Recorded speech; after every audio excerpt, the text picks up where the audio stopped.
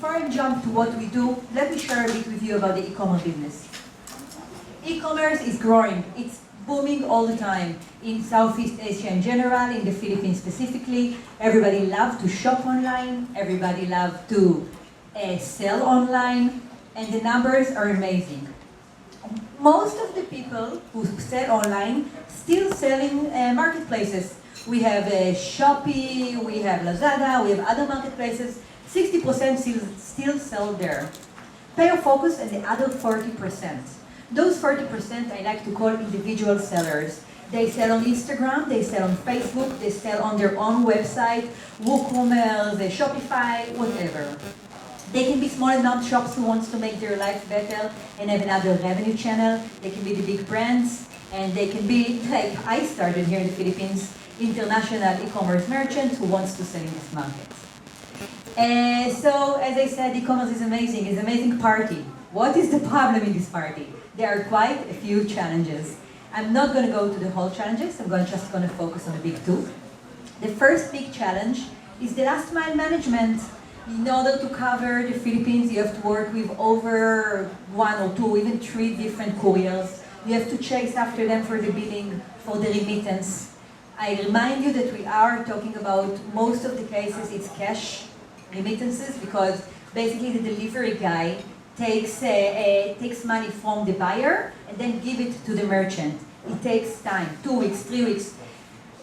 Cash flow management is a headache. Scaling is almost impossible. It is very hard. Other big problem result in 30% cancellation rate.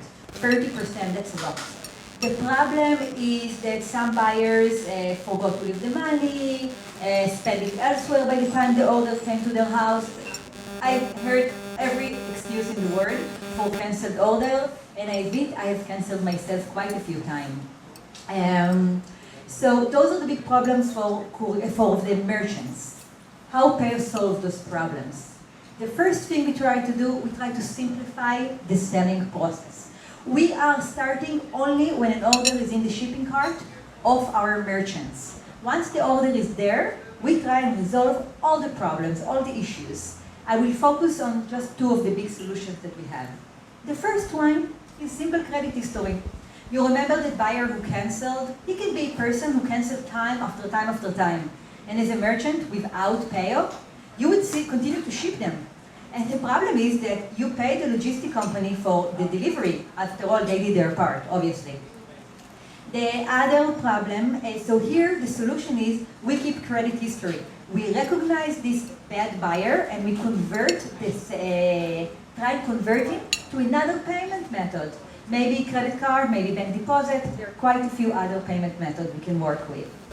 Another solution is the advance payment. We are connected with an API to the different couriers. We know once an order is being delivered, and we know to remit that money instantly. They don't have to wait anymore for 2 or 3 weeks until they see their money. Very big help for the small, medium-sized merchants. Another solution is the courier optimization. We have a beautiful algorithm that takes over 10 different couriers here in the Philippines, analyze their success versus failure in different barangays, and know to fit the right courier to the right parcel. So when a merchant works with Payo, he works with 9 or 10 different couriers, but only work with Payo to simplify.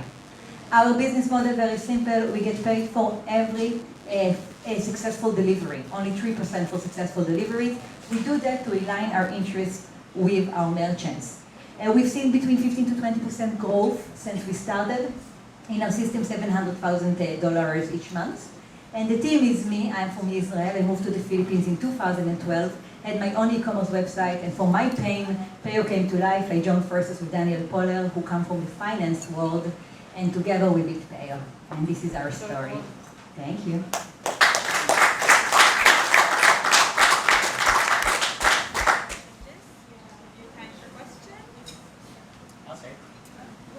So let's say COD doesn't work for them. The merchants advise or marketplace advises them to switch to another payment method. What's the attrition rate for them to actually pursue? To actually pursue?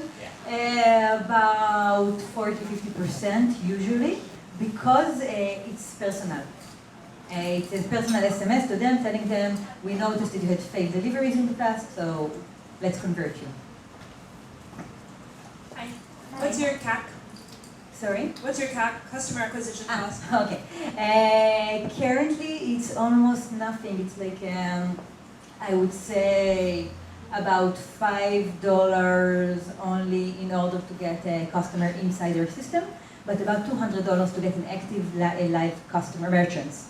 Active merchant is someone that is shipping with us on a daily basis.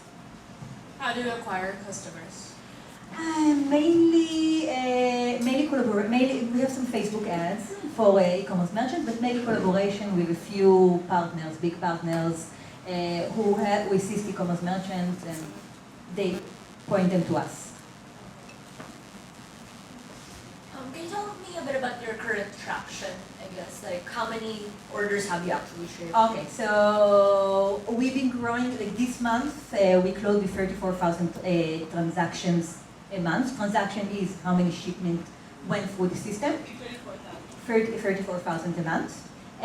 We've seen growth of about, as I said, 15%, 20% each month. And mainly word of mouth. We've not invested yet much in marketing, as you noticed from my answer. Not much at all.